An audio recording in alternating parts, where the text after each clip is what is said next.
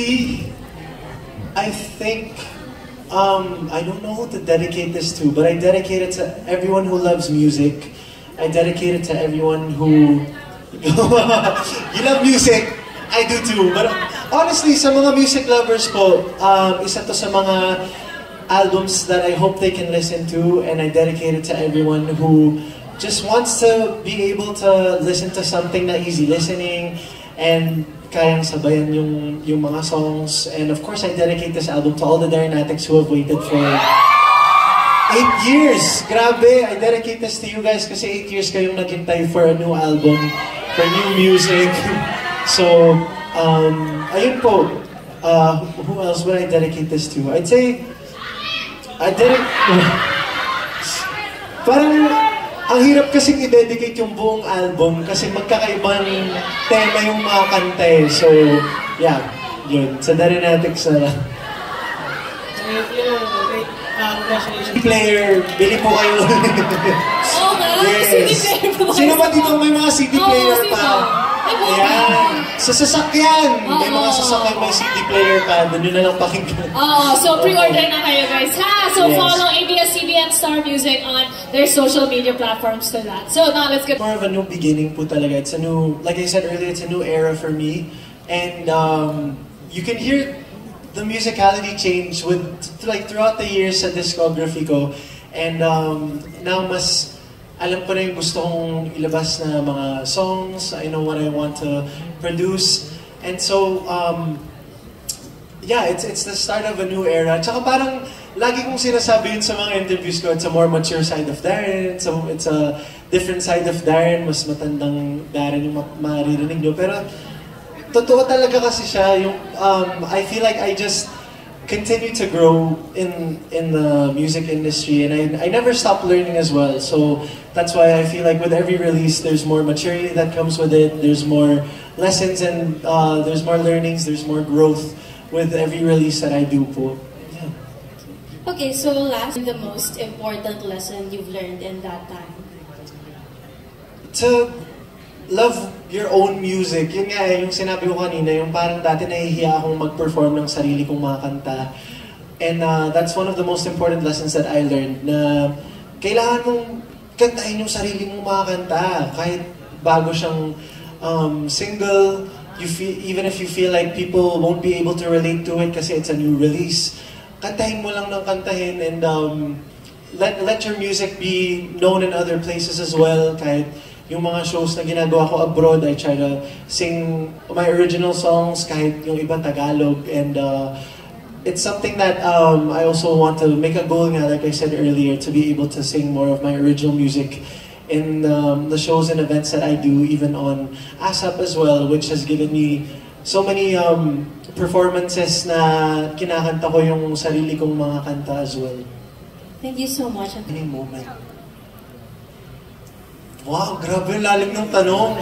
Defining moment siguro, syempre, ang dami po eh. Parang, I can't imagine, you know, in that span, in the 11 years that I've been in the industry, I've been able to mark off so many things off of my bucket list, mga goals ko. Pero siguro yung defining moment ko recently, yung 10th anniversary ko sa Araneta Coliseum. Yung parang, syempre, Araneta Coliseum, yung kakabahan ka talaga kasi ako mismo hindi ko siya gustong gawin last year. Hindi ko siya talaga gustong gawin, pero ang ABS-CBN po ang nagsabi na, no, we want you to celebrate your 10 years. We want you to celebrate it sa Araneta kung kaya. And ako sabi ko parang hindi ko po kaya, pero sila talaga yung gusto na Araneta or MOA yung pinagpili ang venue. Sabi ko, grabe yung paniniwala niyo sa akin. Pero it was something that was such a surreal moment for me eh. Kasi na-sold out po siya, tapos it's something that so many artists only dream about. Yung maisigaw yung, what's up Araneta Coliseum? Araneta! Yung maisigaw mo yun sa sarili mong concert. Grabe it's such a fulfilling moment. So I'd say that's one of the more recent defining moments in my career. Last, parang sa ASAP actually, lahat ng genre kinakanta ko. Nagra-rock ako, rock, jazz, hip-hop, nagra-rap ako kung ano-ano, but like to actually make into an original song of mine, siguro I wanna try rock naman. or siguro jazz, yung mga may konting scatting, pero more modern take also. Yung tunog Darren pa rin, pero Darren na hindi nyo pa naririnig sa isang original song of mine or sa album ko before. So, ayun, siguro. I feel like that would be fun kasi lagi rin kaming nag-experiment ni Sir Jonathan sa studio with different sounds and different songs. Ayun, thank you po and congrats. Maraming salamat. Yun talaga. Kaya po, yan yung title, no? Ikaw pa rin by DJ MOD. It's really a song that you can dedicate to your loved ones, to your friends, your family. And yun nga, parang celebrating 11 years din, tsaka having the Darren Addicts there with me throughout all this time. Ikaw pa rin was the song that we chose to have as the album title para talaga sa kanila yun. Yun po. And may mga gusto pa ba akong ma-achieve? Siguro to release a single internationally, yun yung isa sa mga, wow! Yung isa sa mga goals ng ABS-CBN Music for me. And what else? I feel like that's one of the first few things that I want to do muna. Like, little by little. So yun muna, release music internationally naman. Yun po. thank you po. Thank you. In time, what song do you want to sing again for the first time and experience that moment again? Wow. Wow, a song I want to sing again for the first time. Siguro, yung... It's hard, huh? Oh yeah, actually, ang dami eh. Pero parang gusto kong balikan yung... ang daming tumatakbo sa isip ko na moments. What's a song I want to sing again for the first time? Siguro it would be Domino. Yes! Yeah. Bakit So, Domino? Bakit yun ang pili?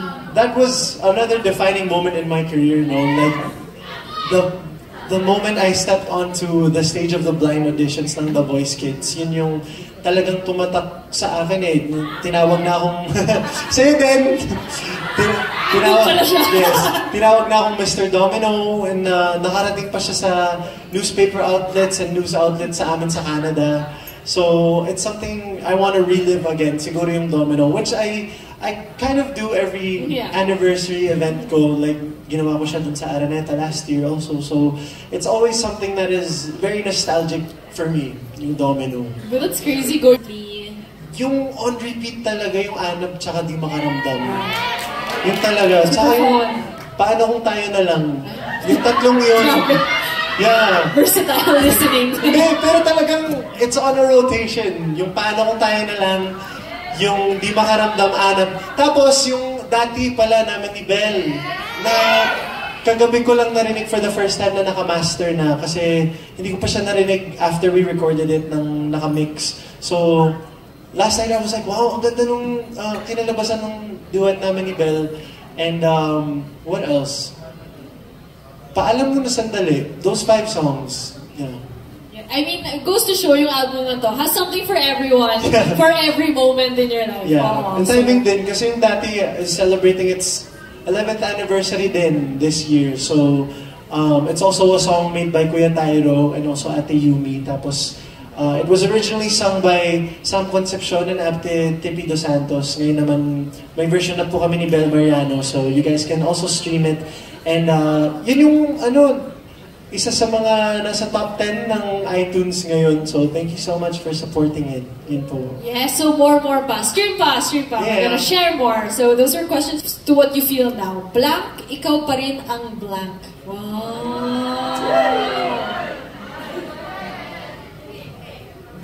Ikaw pa rin ang gusto ko. Wow!